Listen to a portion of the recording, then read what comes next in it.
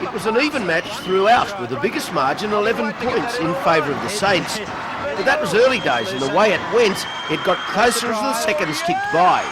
With 4 seconds to go, the Falcons seemed doomed to a loss. Then, foul shots. And Paul Hyland, under enormous pressure, was equal to the occasion, and the home side was home. Or were they? As the clock stops till the ball is back with a player in the court, the Saints weren't dead. Not nearly, with the star of the game, Benny Lewis, 54 points would you believe, alive and well. It was panic stations to be fair, when Lewis got the ball with nothing much on the clock. He was almost knocked down by Johnson, but got the shot away. Unbelievable. First time they've finally got the ball turned. There'll be about 1 second left in the game, and there's the shot. It never looked like missing. And good night for 1986 to the Falcons, barring a miracle or two.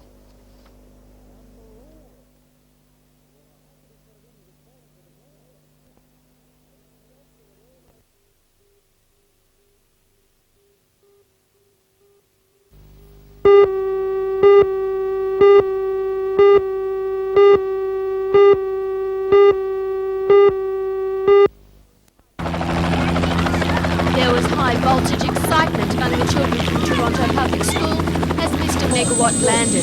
For Cess Baker, the tour guide from Vales Point Power Station, Mr. Megawatt initiated Virginia McKenna of Grade 2 into the newly formed Megawatt Club.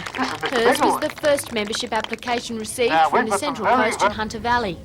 Alcom aims to transmit a more open and friendly image to children and the community through Mr. Megawatt. Club members will be encouraged to tour power stations and will be kept in touch with Elcom activities via a quarterly newsletter. If Mr. Megawatt and his club is as popular as this reception today indicates, it's a public relations exercise Elcom will conduct statewide. You've got a question to ask Mr. Megawatt.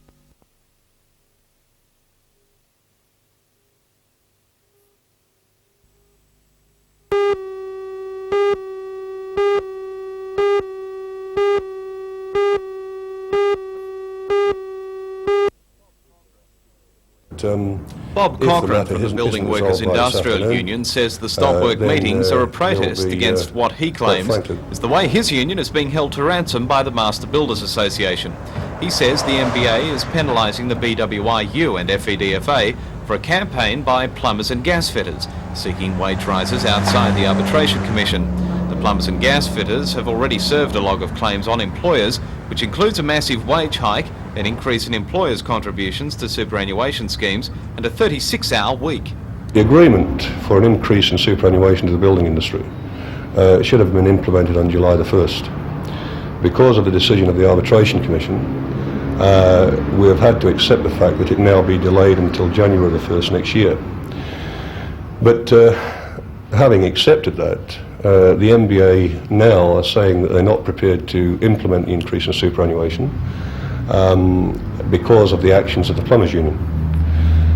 What we have said is that we're not going to be held to ransom because of the actions of someone else. We've done everything that we've been asked to do to date.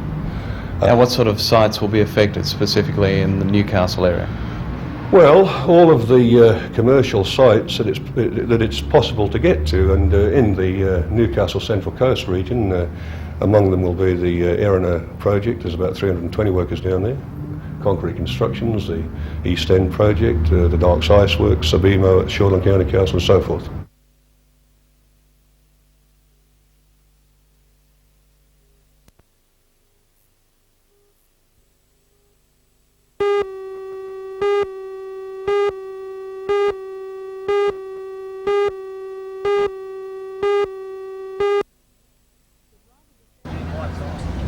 The drivers assembled at the Broadmeadow Racetrack rank to discuss the latest spate of weekend violence.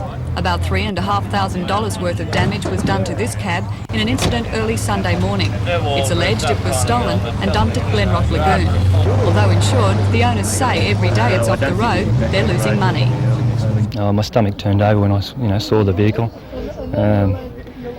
I suppose by that stage I've been up for a few hours and we've been chasing around trying to find it and all this sort of stuff. It just flipped over and very angry, I suppose would be the word, and cranky and frustrated, and the havoc it causes to us as we lose an income now. Now there's two families operating this vehicle, you know, we've just now got to get back in our resources and try and live off those till we get the vehicle back on the road.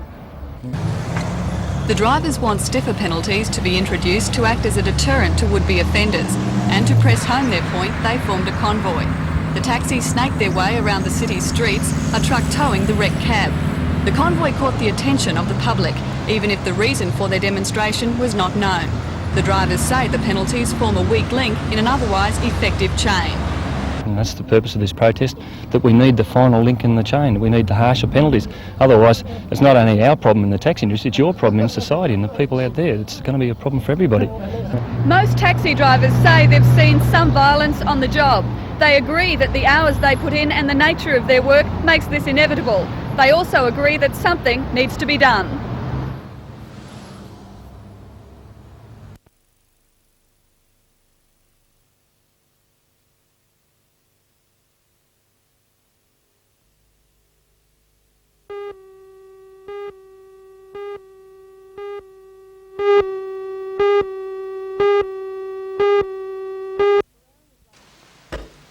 For areas like the western side of Lake Macquarie, Minmai, Kersley and Port Stephens, this project is like a dream come true. For years, the 13,000 householders have been lobbying for their areas to be serviced by sewerage. And now, finally, it looks as if their efforts are being rewarded.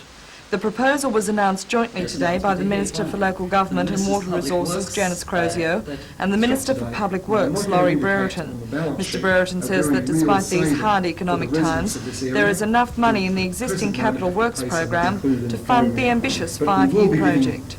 We have a very large Capital Works program in the state. It's a Capital Works program that we're very proud of. It will be a Capital Works program under some pressure this year, but it will still be very substantial, and there will still be adequate opportunity for us to direct funds from that program to the highest priorities. This year, we've identified such a priority with money from that Country Water and Sewerage Supply program coming here to the Hunter and the Newcastle region. The money will come from 3 sources: the Public Works Department, the Hunter District Water Board, and it was put to the 5 councils of Lake Macquarie, Newcastle, Port Stephens, Maitland and Cessnock today that they too would have to bear a third of the costs. Work won't begin until next year, so now it's up to the 5 councils involved to go back home and do their sums to see if they can afford the project. Mrs Crozio says that despite the amount of money the councils will be asked to contribute, rates will not be higher than those pegged by the state government. Now, rate picking itself will not be abolished. It's one of our government's platforms. But what councils have always had the opportunity in the past and will have in the future is to approach me as Minister to look at their funding programs, to see if they need extra assistance over and above what the rate picking legislation will allow them to raise their rates, and also to look at how they could service their loans. This will also the initial cost to each of the contributors will be $2 million, which will be used for environmental impact statements as well as investigation and design work.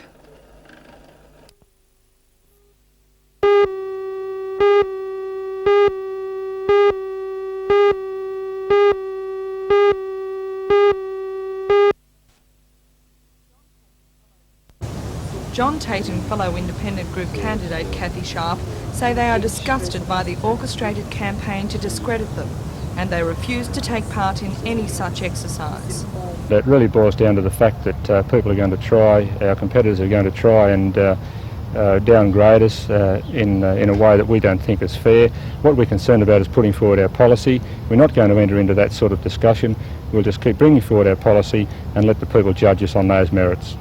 Cathy, are you afraid that some of the mud that they're throwing is going to stick? Well, I guess that's always a concern, but I think what's happening is all they're doing is highlighting us and highlighting the policies we do have, rather than they have no mud to stick, really. I mean, there is nothing that they can really pin on us that's going to put us down too badly. When they read our policies, there's substance in the policies, and we would like to have a decent debate about the substance of their policies too.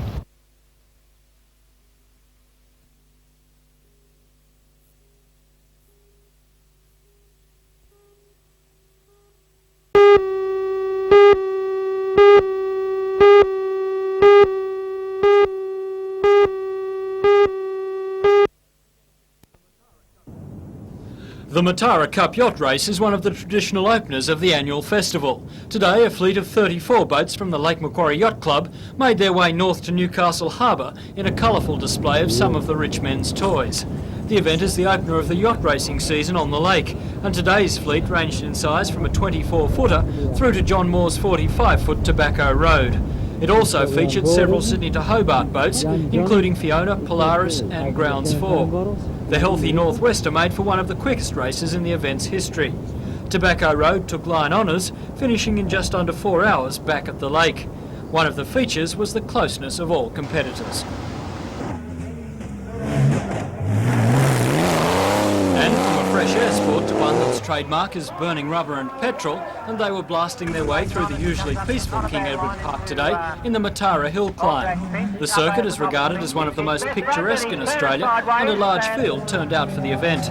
Drivers were from as far away as Queensland in a bid to take home some of the almost $3,000 in prize money. Former Australian hill climb champion Warren Brown in the Sceptre V8 was one of the favourites to take out the outright crown and to nudge the record of just over 42 seconds. He did both those, breaking the record by just 0.09 of a second.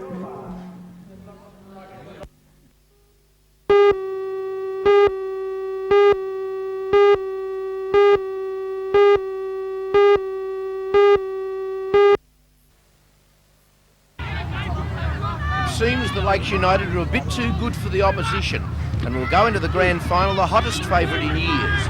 They led Cessnock to nil before this scrambling, belated try by the Goannas. When you consider the absence of their rep second rowers Mark Brockenshire and Cole Mathias due to injury, and the enforced spell of captain coach Rip Taylor, at full strength they would be a lot too good. And Taylor is frustrated by his suspension, which will keep him out of the decider. Nerve-wracking more than frustrating. I'm very confident in the players that are out there doing their job, and it's just frustrating and very hard feeling within yourself, really. Cessnock's Bruce Starkey, despite the defeat, is certain he can get another crack at the favourites. Oh, I think we'll go pretty well against South. You know, just one of those days we had. We had a pretty hard game against West last week, and got a few little niggling injuries, the boys. But I'm pretty confident we'll get over them, and we'll give South a good run.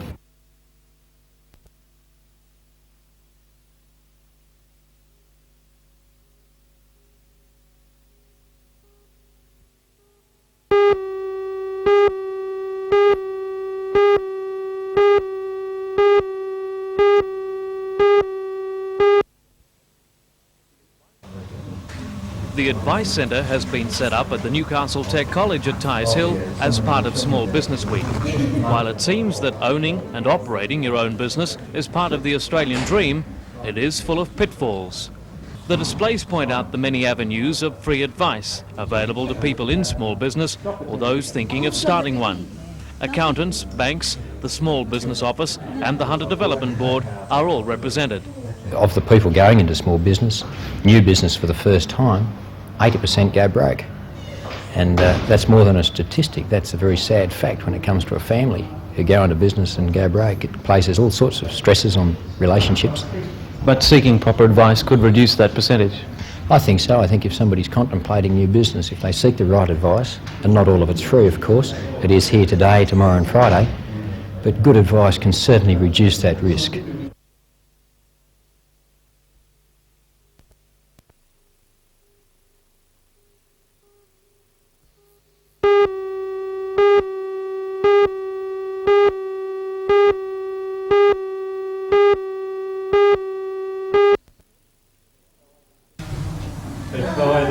Dirt may be the game of the Central Coast Dirt Riders Club and the Belmont District Motorcyclists, but raising money to help in the research of leukaemia was their aim in a recent bikeathon. Neil Harvey was one of 4 riders who joined in a 24-hour non-stop cycle to help leukemia sufferers. Last night at a meeting of the Hunter Valley Cancer Appeal, he presented a cheque to Dr Eno, Director of Haematology at the Royal Newcastle Hospital. The $6,000 will go towards the research and treatment of a breakthrough in bone marrow transplants, now underway in Newcastle. The money will be used to fund technologists to set up a new project of collecting bone marrow from patients with leukemia and storing in liquid nitrogen. This marrow will be used later after intensive treatment to try and eradicate the leukemia and stop the patients from relapsing and try and cure these patients.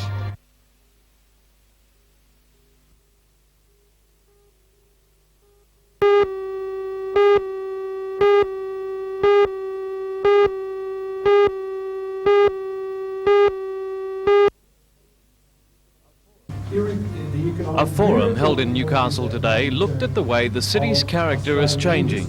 Is Newcastle losing that steel city image? The success of the Matara Festival has given inspiration to the Bicentennial Committee's plans for a big people festival for the city in 1988. Join Anna Manzoni and John Church for all the news tonight at 6.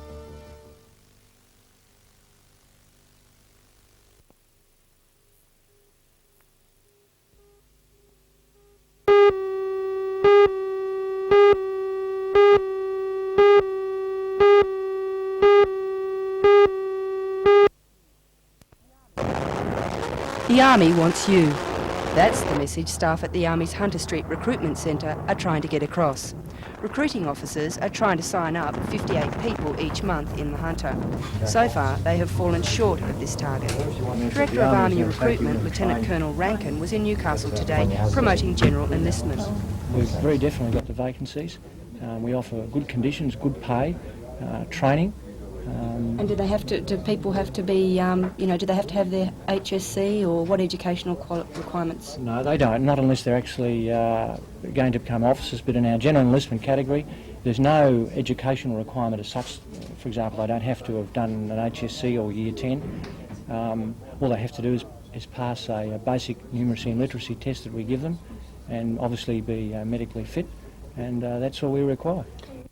Lieutenant Colonel Rankin did not believe, however, that anti-war feeling was keeping applicants away. There's a possibility, I guess, that the peace movement may have affected us, but no, I don't think so. I think perhaps it's just that the community perhaps aren't aware that we have jobs, and there are all sorts of jobs in the Army, not just your infantry soldiers and your tank drivers. It's much wider than that. We've got cooks and anything which makes a large organisation run, and I think perhaps it's just that people aren't aware of what we have to offer.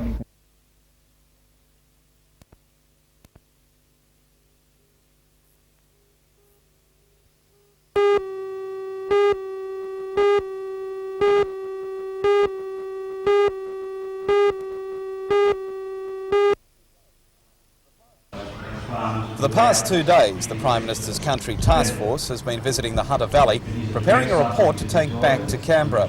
Their itinerary has taken them to the National Textiles plant at Rutherford, Steggall's factory at Beresfield, meetings with trade union leaders, councils, community groups, and of course farmers. There are structural changes taking place here which are putting enormous pressures on the infrastructure of the total area. We've got the mining resources boom that didn't occur. The debts that some of the local government areas have developed because of that. It's a general structure that has occurred in other regional areas of Australia, mainly sourced back to the fact that we were gearing ourselves to a resources boom which never occurred, and at the same time we allowed our manufacturing industries to run down with an overvalued dollar. The visit by the task force has been relatively free of incident, although today a symbolic protest was made by Maitland residents, not on agricultural issues, but over the government's plans to resume sales of uranium to France. Well, it's just a symbolic gesture. We've worked out that the $66 million that Treasury is going to get from the sale of uranium to France represents about $4 from each person in Australia, and what we've done is 5 or 6 families have got together and contributed a couple of dollars each as a sort of deposit, and hopefully we've presented it to the Prime Minister's country task force so that they can take it back to the Prime Minister and say that there are people in country areas concerned about the uranium issue and that they are prepared to put their money where their mouth is. The task force will now prepare a report for the Prime Minister and Cabinet. And if it's achieved nothing else, it's at least given members of the rural community here in the Hunter Valley a chance to share their views on their future.